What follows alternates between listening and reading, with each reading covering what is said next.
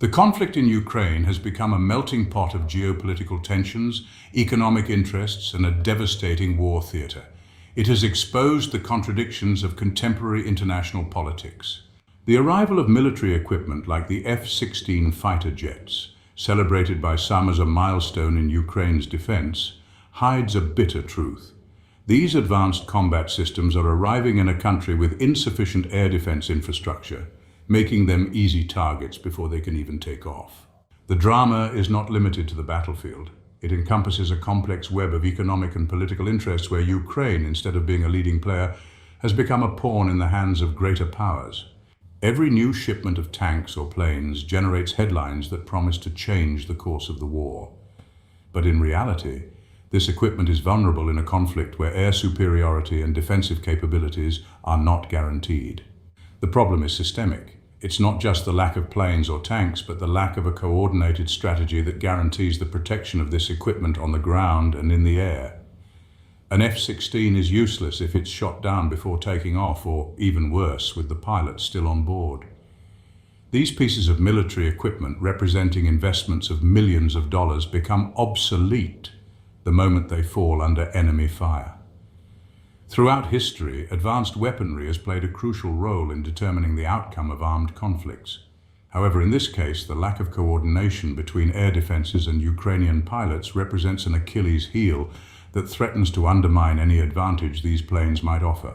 As a result, Ukraine faces a painful paradox. It receives advanced military equipment that in theory should strengthen its position, but the lack of proper training and defense infrastructure makes them vulnerable targets from the moment they land on Ukrainian soil. Zelensky, the president of Ukraine, is a figure who generates mixed opinions. Some see him as a heroic leader, a symbol of Ukrainian resistance against Russian aggression. Others, however, perceive him as a skilled politician who has learned to navigate the turbulent waters of international diplomacy, securing funding from Western countries in a series of tours that seem more focused on getting funds than on defending principles.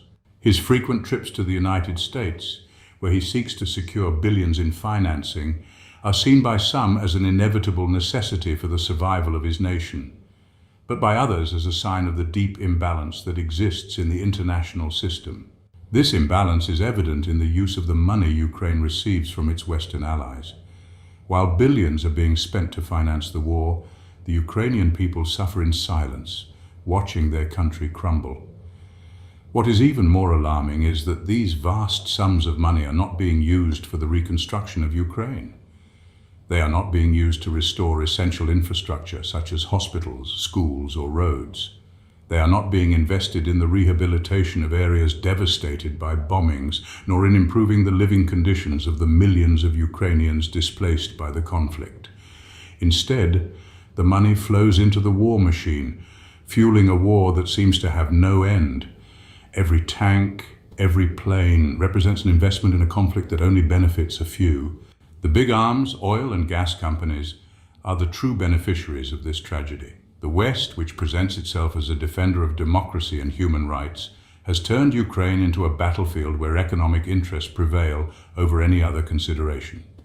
Military incursions into key areas, such as regions rich in oil and gas, are not a coincidence. They are the real driving force behind the prolongation of the conflict. Ukraine, in this sense, is not only a victim of Russian aggression, but also of the geopolitical dynamics that have turned it into a pawn in the power game of large corporations and Western powers. The conflict is no longer just about Ukrainian sovereignty or the defense of its borders. It has become a battle for energy resources and the economic benefits they represent. Western energy companies are deeply involved in this war, not as neutral observers, but as key players influencing political and military decisions. The recent delivery of F-16s to Ukraine has reignited the debate about the effectiveness of this type of military aid.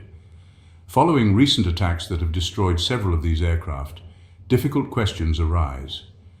Is it worth continuing to send this equipment if the probability of it being shot down is so high?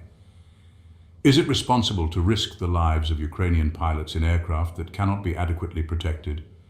The logical option would be to stop these shipments until Ukraine can guarantee stronger air defenses, but the logic of war rarely follows a rational path. Meanwhile, critical voices are getting louder in the West.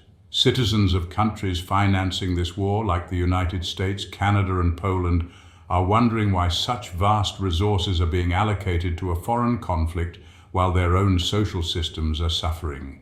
In Canada, for example, the healthcare system, once praised as one of the best in the world, is in deep crisis. Waiting times in hospitals have skyrocketed, and stories of people waiting hours, even days, to receive medical attention are becoming all too common.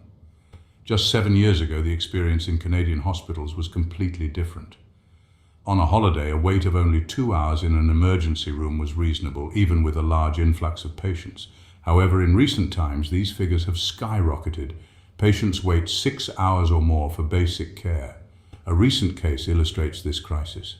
A mother and daughter waited more than 6 hours in an emergency room, while a woman with a broken bone remained on a stretcher for even longer. The deterioration of the Canadian healthcare system is a clear sign of mismanaged priorities. This phenomenon is not exclusive to Canada. In Poland, Spain, and other NATO countries, governments have increased their contributions to military spending, diverting funds that could have been used to improve their social systems. Instead of investing in health, education, or infrastructure, resources are being allocated to the purchase of weapons and the financing of a war that seems to have no end. NATO, which presents itself as a defensive alliance, has become a mechanism for perpetuating a conflict that benefits a few while the rest pay the price. Recent polls reveal a deep division in public opinion about Western support for Ukraine. In the face of the destruction of the F-16S, some think support will increase, others believe it will decrease, and a significant percentage believe there will be no change. However, beyond the polls, what is clear is that this war is far from a humanitarian cause. It has become a tool to benefit a few at the expense of many. And while citizens of countries like Canada, Spain, or Poland see their healthcare systems collapse, those responsible continue to justify their funding of the war in Ukraine as a matter of global security. The reality is that we are financing destruction. Financing weapons for others to kill each other in distant conflicts while our own societies suffer is a tragedy that should make us reflect. In the end, we all pay the price. Not only the Ukrainians who see their country devastated, but also the citizens of the West, who are being impoverished by a war that seems to have no end in sight.